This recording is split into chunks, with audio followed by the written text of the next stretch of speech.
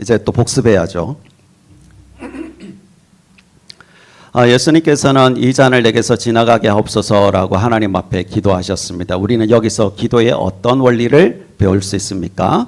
하나님께 기도할 때는 정직하게 솔직하게 기도해야 된다라고 배웠습니다. 두 번째, 예수님께서는 베드로와 야고보, 요한을 따로 데리고 가셔서 그들에게 내 마음이 고민하여 죽게 되었으니라고 말씀하시면서 그 세 명에게 예수님의 마음을 나누셨습니다. 그처럼 우리도 기도의 동력자를 세워야 된다. 제일 좋은 동력자가 누구라고요? 가족. 기억하는 사람이 있어서 좋아요. 네. 가족처럼 좋은 기도의 동력자가 없다고 그랬어요. 가족이 가장 최고의 동력자입니다. 그 다음에 사역자나 선생님들 그렇게 하면 됩니다. 그런데 주의할 게 있다고 했죠. 예수님께서 12제자 모두에게 그 마음을 나누신 게 아니었어요. 그래서 사람을 분별해야 되고 또 기도의 내용도 분별해야 된다라고 말씀을 나눴습니다. 세 번째, 예수님은 같은 기도 제목으로 3번 기도하셨어요. 우리도 3번 기도해야 된다는 뜻이 아니라 예수님께서 그 기도 이후에 십자가의 길을 걸어가신 것처럼 우리는 하나님 앞에 기도할 때 하나님의 선명한 사인이 있을 때까지 끝까지 포기하지 않고 기도해야 된다라고 말씀 나눴습니다. Yes, No, Wait 응답하실 때까지 포기하지 않는 기도자가 되어야 된다. 그 다음에 예수님은 이 잔을 내게서 지나가게 하옵소서라는 기도로 끝나지 않으셨죠. 그 다음에 그 기도가 이어졌습니다. 나의 원대로 마시옵고 아버지의 원대로 하옵소서라고 하나님의 뜻을 찾는 기도를 하셨어요. 내 욕심, 때론 내 욕심을 내려놓을 수 있는 기도, 하나님의 뜻을 찾아가는 기도 해야 된다. 다섯 번째, 예수님은 기도하신 후에 예수님께서 잡히도록 허락하신 거예요. 사실은 그 예수님께서 이 겟세마네 기도를 하기 전에 여러 번 예수님을 잡으려는 시도가 있었습니다. 그런데 예수님을 찾지 못했어요. 그때는 예수님께서 허락하지 않으셨던 거예요. 이 겟세마네 기도 이후에 예수님께서 허락하셔서 그때 이제 예수님께서 잡혀가시게 됩니다. 기도라는 게 그냥 말로만 하는 기도로 끝이 아니라 우리의 삶으로 이어지는, 순종으로 이어지는 기도가 되어야 된다라고 말씀을 나눴습니다. 여섯 번째, 예수님의 기도에서는 찾아볼 수 없는 기도가 있다고 그랬어요. 여기서는 찾아볼 수 없지만 우리는 해야 하는 기도가 뭐라고요? 회개의 기도입니다. 예수님의 기도에서는 회개의 기도가 없어요. 그런데 우리의 기도는 회개의 기도가 있어야 됩니다. 최초적 회개와 반복적 회개가 있다고 그랬어요. 최초적 회개는 예수님을 영접했을 때 하나님 나는 죄인입니다라고 인정하고 하나님 앞에 고백하는 기도가 최초적 회개이고, 그 다음에 반복적 회개가 있다고 그랬어요. 이거는 이제 우리가 살아가면서 하나님 앞에 회개의 기도로 고백하며 나아가는 기도. 반복적이. 그런데 우리는 왜 반복적 회개를 해야 하나요?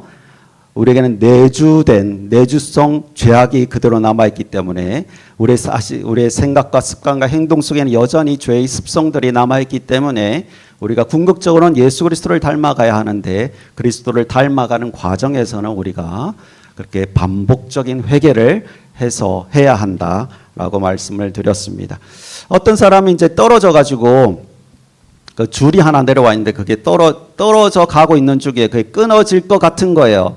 그러면 이거를 묶었어요. 다시 묶으면 어떻게 되나요? 그 끈이 더 튼튼해지죠. 두께가 더 두꺼워지잖아. 그러면 또 두꺼워지면서 또 하나의 장점이 뭘까요? 줄이 짧아져요. 짧아진다는 더 가까워진다는 의미이기도 하거든요. 회개 기도가 바로 이런 거예요.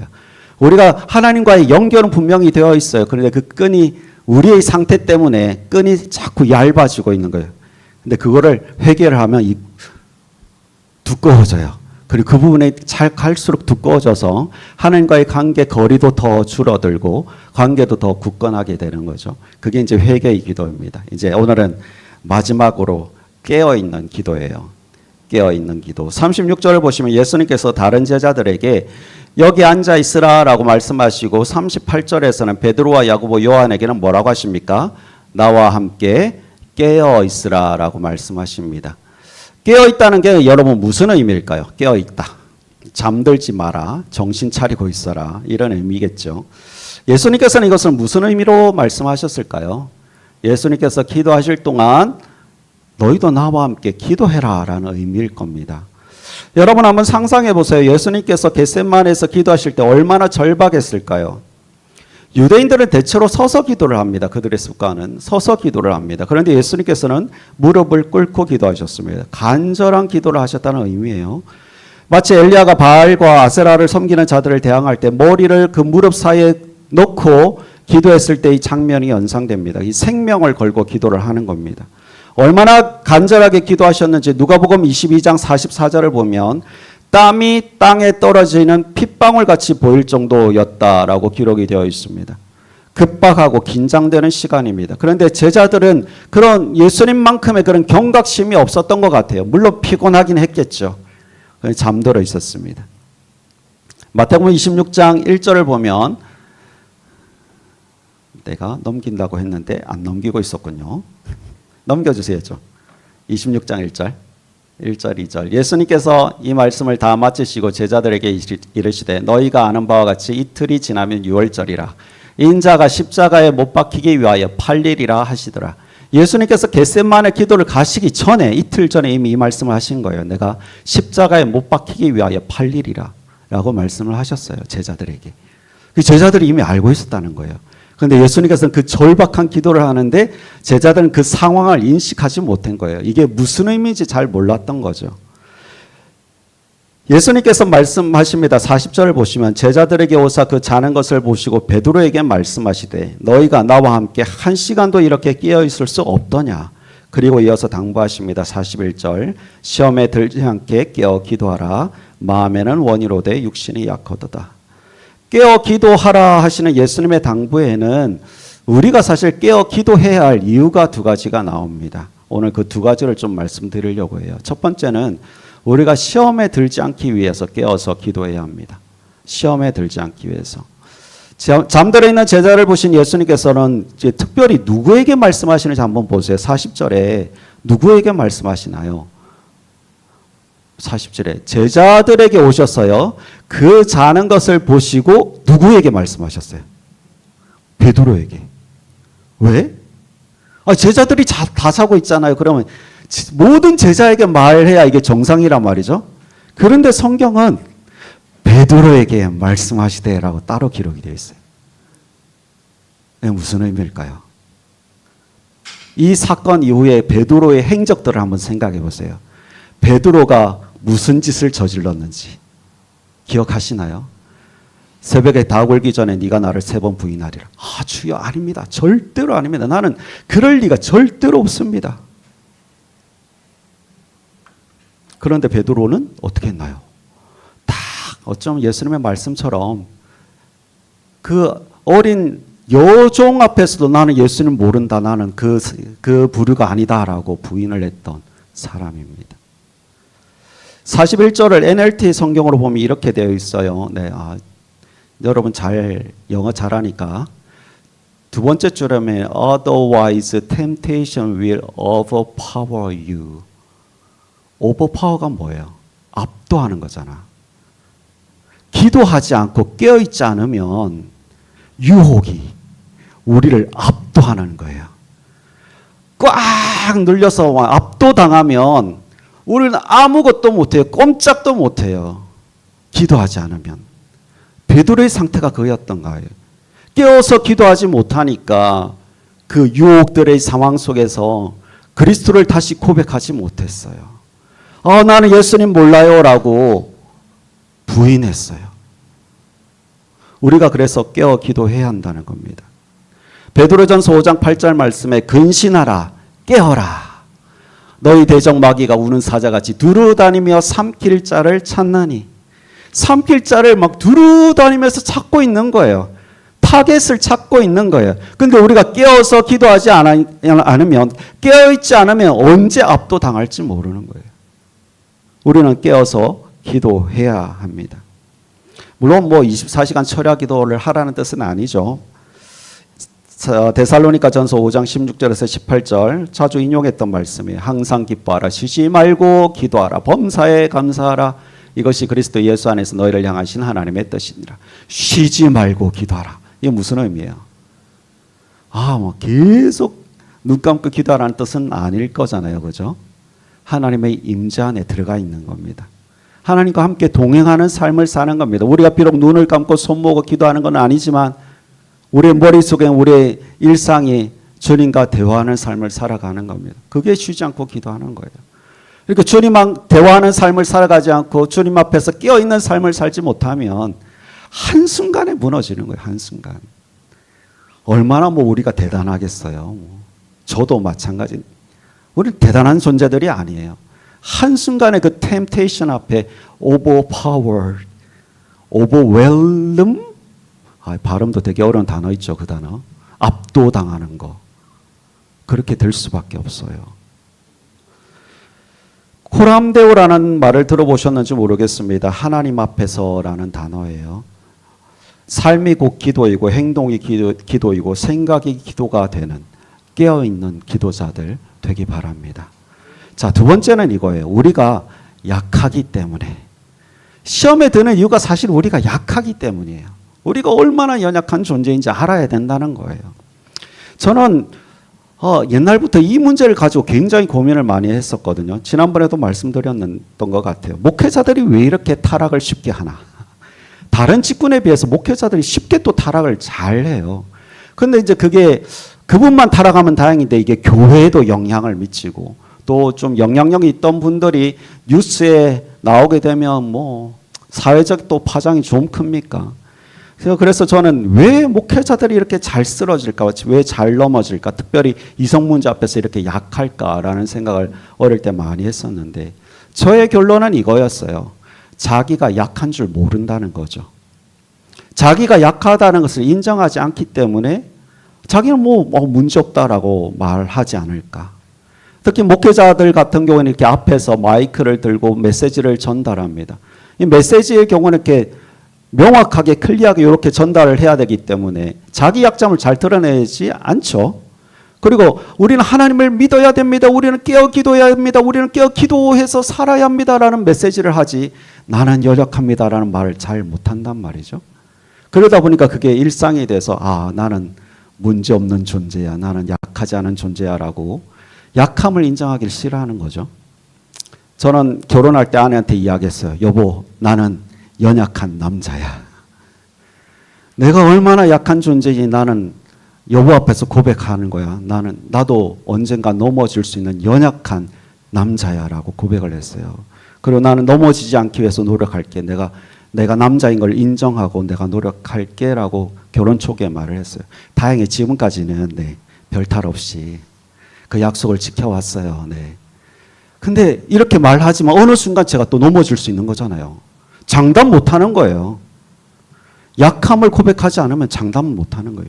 내 약함을 고백해야 그때 하나님의 강함이 임하는 거거든요. 내가 할 수 있어, 나는 얼마든지 이겨낼 수 있어 라고 하면 절대로 못 이겨내요. 나는 약한 존재라고 고백해야 그때 그리스도의 은혜가 임하고 성령의 능력이 임해서 그것을 이겨낼 수 있도록 도와주신다는 거예요. 여러분이 가진 힘으로 이겨낼 수 있을 것 같아요? 못 이겨내요. 지금은 그냥 학교만 다니고 있죠. 이제 곧 머지않아 대학 생활을 시작하고 직장 생활을 시작해 보세요. 그 환경들이 여러분을 몰아가서 갈 겁니다. 분위기가 여러분을 몰아갈 겁니다. 그때 여러분은 선택해야 돼요. 분위기에 휩쓸려 갈 것인가? 내 신앙의 자존심을 지켜가면서 이것을 감당해낼 것인가? 선택해야 돼요. 그런데 그 선택 하나가 여러분을 어떻게 이끌어갈지 몰라요. 잘 선택해요. 깨어있지 않으면 쉽게 넘어갈 겁니다. 그럼 그 이후의 일들을 여러분 스스로 책임져야 돼요. 약한 존재라는 걸 인정하지 않으면 그 순간순간들을 이겨낼 힘을 가질 수 없어요. 주님, 저는 약합니다. 주님, 저는 약한 존재입니다. 주님께서 도와주시지 않으면 이 상황을, 이 문제를 이겨낼 수 없습니다라고 고백해야 그때 은혜가 임하는 거예요. 신앙은 자신감이나 의지로만 되는 게 아닙니다. 우리의 근본적으로 약한 존재라는 것을 고백하고 주님 앞으로 더 나아가서 깨어있는 상태가 되어야 한다는 것입니다. 어떤 그리스도인이 많은 기도 생활을 통해서 영적이고 승리하는 삶을 살기로 결단했습니다. 그래서 그는 날마다 기도하고 또 기도했습니다. 처음에는 이제 잡념만 떠오르는 거죠. 기도가 잘 되지 않았습니다. 한참 기도한 것 같은데 눈 뜨면 5분밖에 안 지난 거예요. 계속 이제 노력해서 기도 시간을 늘리기 위해서 더 이제 했는데 1시간쯤 지났을 거야라고 생각하고 시계를 보면 얼마? 10분. 기도하는 게 이렇게 어려운가? 그래서 이분이 굉장히 노력해서 이제 30분 기도하게 되었어요. 어느 순간 이제 1시간 차츰 기도 시간이 늘어나기 시작했습니다. 2시간, 3시간 그렇게 이제 기도 시간이 늘어나니까 이제 다양한 체험들을 하기 시작하는 게 기도를 통해서 이제 또 새로운 삶이, 새로운 신앙생활이 열리게 되었습니다. 환상을 보기도 하고 예언도 하게 되고 하나님의 음성도 듣기도 했습니다. 성경 말씀이 떠오르기도 하고 황홀경을 맛보기도 했습니다. 너무 이제 그런 자신이 너무 자랑스러운 거예요. 내 이 수준에 이르게 되었구나. 너무 자랑스러운 거예요. 이제 차츰 이제 기도의 시간도 기다려지고 기도의 시간이 너무 행복하고 나중에는 이제 어떻게 됐냐면 하루에 8시간을 기도하게 되었다고 그래요. 그래서 이제 은근히 이제 사람들을 만날 때마다 은근히 자랑하기 시작했다고 합니다. 8시간 기도하는 사람이야. 기도의 체험, 기도의 맛, 그 황홀경, 주님과의 대화, 만나는 사람들마다 그 체험들을 막 이야기하면서 배경에는 자랑이 깔려있는 기도의 시간을, 기도의 은혜, 기도의 응답들을 말하기 시작한 거죠. 그러던 어느 날 어떤 조용한 한 그리스도인을 만났다고 합니다. 그 사람에게도 주님의 임재와 저 사람이 기도하는 사람이다라는 것이 느껴졌다고 합니다. 이 사람은 주님을 몹시 사랑하는 사람이구나라고 느껴졌대요. 그래서 그 사람에게도 이제 독려하고 그 사람도 기도의 맛을 더 깊이 알 수 있도록 이 사람이 이제 이야기를 조금 꺼냈습니다. 저는 날마다 하루에 8시간 동안 기도를 하는데요. 너무 좋아요. 한번 기도의 시간을 좀 많이 늘려보세요라고 조언을 했다고 합니다. 그랬더니 상대방은 상당히 놀라는 눈치였습니다. 그리고는 이렇게 말을 했다고 합니다. 정말요? 그렇다면 나머지 16시간은 기도하지 않고 산다는 말이에요? 라고 했다고 합니다. 무슨 말인지 알겠어요? 8시간을 기도하는데 나머지는 기도를 안 하는 시간이었던 거죠, 그 사람은. 근데 그 신실한 조용한 그리고 자랑하지 않았던 그 사람은 오히려 24시간을 깨어서 주님과 함께하는 삶이었던 겁니다. 무릎 꿇고 눈 감고 앉아있는 그 기도 시간이 아니라 그의 삶 자체가 하나님과 대화하는 그런 깨어있는 삶이었다라는 것입니다. 여러분 기도 시간을 늘리고 이런 거 의미보다 주님과 함께하는 시간을 늘리시기 바랍니다. 주님 앞에 있는 시간, 깨어있는 시간, 영적으로 생동하는 시간을 더 늘려서 깨어있는 사람 되시기 바랍니다. 주님께서 마지막에 이렇게 말씀하셨어요. 일어나라, 함께 가자. 보라, 나를 파는 자가 가까이 왔나니라. 주님께서 우리를 초청하십니다. 일어나라, 함께 가자. 주님께서 이끄시는 그 자리로 함께 가는 깨어있는 기도자 되기를 주님의 이름으로 축복합니다.